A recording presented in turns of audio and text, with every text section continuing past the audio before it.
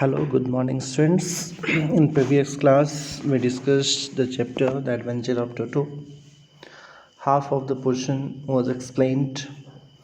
According to it, Ruskin Bond and his grandfather, who loved Toto, a pretty monkey, very much, and there were different animals in grandfather's private zoo. Toto was kept as secret in the room, and Toto disturbed everything. And grandfather went to Saharanpur to collect his pension, and he took Toto with him. And Toto Toto charge was taken 3 rupees from the grandfather. And then what happened later when he returned is I am going to describe in your part.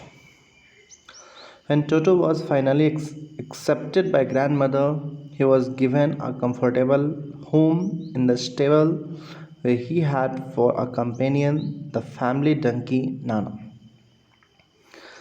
अब कुछ दिनों के बाद grandmother को टोटो से मिलवाया गया। टोटो को एक कंफर्टेबल होम दिया गया स्टेबल में, जहाँ पर नाना नाम का एक फैमिली डंकी पहले से रहता था। On Toto's first night in the stable, grandfather paid him a visit to see if he was comfortable. To his surprise, he found Nana without apparent cause, pulling at her halter and trying to keep her head as far as possible from a bundle of hay. अब टोटो को first night में जब नाना के पास उस room में छोड़ दिया गया था, तो ग्रैंडफादर देखने के लिए गए कि टोटो कंफर्टेबल है कि नहीं। वो देखते हैं कि डंकी नाना जो बहुत परेशान है और उसके पूंछ को ज़ोर ज़ोर से यह टोटो खींच रहा है और वह अपने उस स्टेबल में ही इधर उधर दौड़ रहा है और टोटो बहुत परेशान कर रहा है उसे। Then grandfather gave Nana a slap across her haunches and she jerked back, dragged Toto with her. He had fastened onto her long ears with his sharp little teeth. अब ग्रैंडफादर उस डंकी नाना को जोर से एक स्लैप उसके कान के नीचे देते हैं और पीछे हट जाती है, जिस कारण से टोटो भी कुछ दूर तक घिस जाता है और टोटो जंप करके अपने शार्प टीथ से नाना के कान को कुतरने लगता है। तो इस तरीके से टोटो और नाना कभी फ्रेंड हो नहीं पाए। A great treat for Toto during cold winter evening was the large bowl of warm water given him by the grandmother for his bath. अब टोटो के लिए ठंडा में ऐसा होता था कि शाम में उसे एक बड़ा कटोरा में गर्म पानी दिया जाता था और दादी माँ देती थी और वह वहाँ नहाता था। सबसे पहले वह अपने हैंड से चेक करता था, टेस्ट करता था कि पानी कितना गर्म है। तब धीरे धीरे वह अपना फर्स्ट फुट उसमें डालता था, देन अदर फुट वह डालता था, जब तक उसके गर्दन भर पानी नहीं हो जाए वह पूरा उसमें इन कर जाता था। Once comfortable, he would take the soap in his hands or feet and rub himself all over. When the water became cold, he would get out and run as quickly as he could to the kitchen fire in order to dry himself. एक बार जब comfortable हो जाता तब वो साबुन लेता, अपने हाथों में, पैर में, पूरे बॉडी में रब करता था। और जब पानी ठंडा हो जाता तब जा कर के वह बाहर चला आता और वह किचन में चला आता, किचन फायर के पास, अपने बॉडी को सुखाने के लिए। अगर कोई उसे देख करके हंस देता तो बहुत इंसल्ट फील करता और दोबारा वह नहाने के लिए जाता नहीं। One day toto nearly succeeded in boiling himself alive. एक दिन की बात है, टोटो तब गर्म पानी में ही वो बॉयल हो जाता। बात ये था कि एक लार्ज केतली जो आग पर रखा गया था, चाय बनने के लिए पानी गर्म हो रहा था उसमें, और टोटो और डिसाइड करता है इसमें कुछ होगा और वह उस केतली का लीड एंड ढक्कन उसका हटाता है।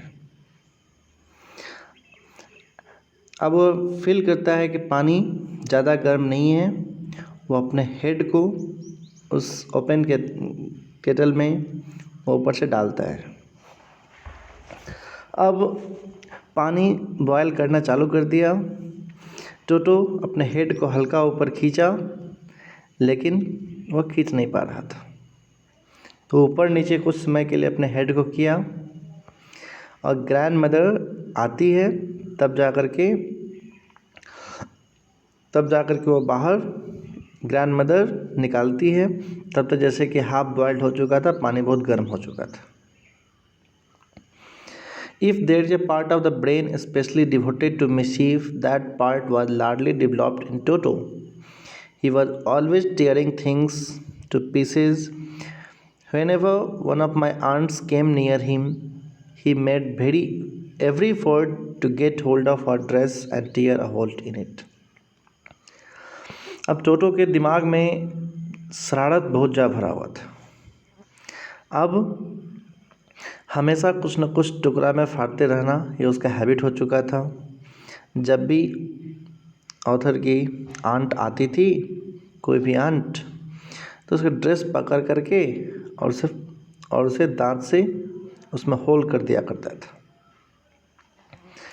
एक दिन की बात है, लंच का टाइम था and a large dish of pulao stood in center of dining table. We entered the room to find Toto stuffing himself with rice. एक दिन की बात है, लंच टाइम में डाइनिंग टेबल पर एक बड़ा सा प्लेट में पुलाव रखा हुआ था।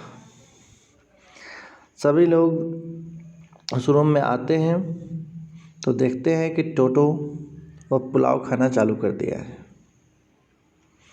ग्रैंड मदर वह चीखना चालू करती है, चिल्लाना चालू करती है। तो टोटो एक खाली प्लेट उठा करके दादी माँ के ऊपर फेंक देता है। One of my aunts rushed forward and received a glass of water in the face. अब एक आंट आगे बढ़ती है, चिल्लाती है, तो उसके ऊपर टोटो एक गिलास पानी फेंक देता है। और जब ग्रैंडफादर आते हैं तब टोटो उस पुलाव का कंटेनर उठा करके खिड़की होकर के बाहर जंप कर जाते हैं और वह जैकफ्रूट ट्री के डाली पर ऊपर चढ़ जाता है और अभी उसके हाथों में वह प्लेट अभी भी था ही। पूरे आफ्टरनून तक वहीं पर रहा और धीरे धीरे वह पुलाव खाया। वह डिटरमाइन था जब तक पूरा अनाज ख़त्म नहीं हो जाए, पूरा पुलाव ख़त्म नहीं हो जाए, तब तक वह रुकेगा नहीं। In order to spite grandmother who had screamed at him, he threw the dish down from the tree and chattered with delight when it broke into 100 pieces. अब ग्रैंड मदर बाहर जाती है, जोर जोर से चिल्लाती है, तो देख करके टोटो प्लेट ऊपर से फेंक देता है, जिस कारण से प्लेट टुकड़ा टुकड़ा में बट जाता है। तो असली टोटो ऐसा पेट एनिमल नहीं था जिसे लंबे समय तक रखा जा सके। अब ग्रैंडफादर रियलाइज़ करते हैं कि हम लोग इतना लॉस तो बर्दाश्त कर नहीं सकते हैं। इतना बर्तन ख़राब कर दिया, कपड़ा ख़राब कर दिया, वॉलपेपर, कर्टेन सब कुछ ख़राब कर दिया। इसलिए ग्रैंडफादर जाते हैं टोंगा ड्राइवर के पास टोटो को ओनली 3 रुपीज़ में बेच करके चले आते हैं। तो टोटो ऐसा नॉटी मंकी था जिसे वह अपने घर में अगर रखते तो प्रतिदिन बहुत सारा थिंग्स उनका बर्बाद होता ही जाता, इसलिए अंत में थक करके उसे उसी टोंगा ड्राइवर के पास बेच कर चले आते हैं। That's all from the chapter. Thank you.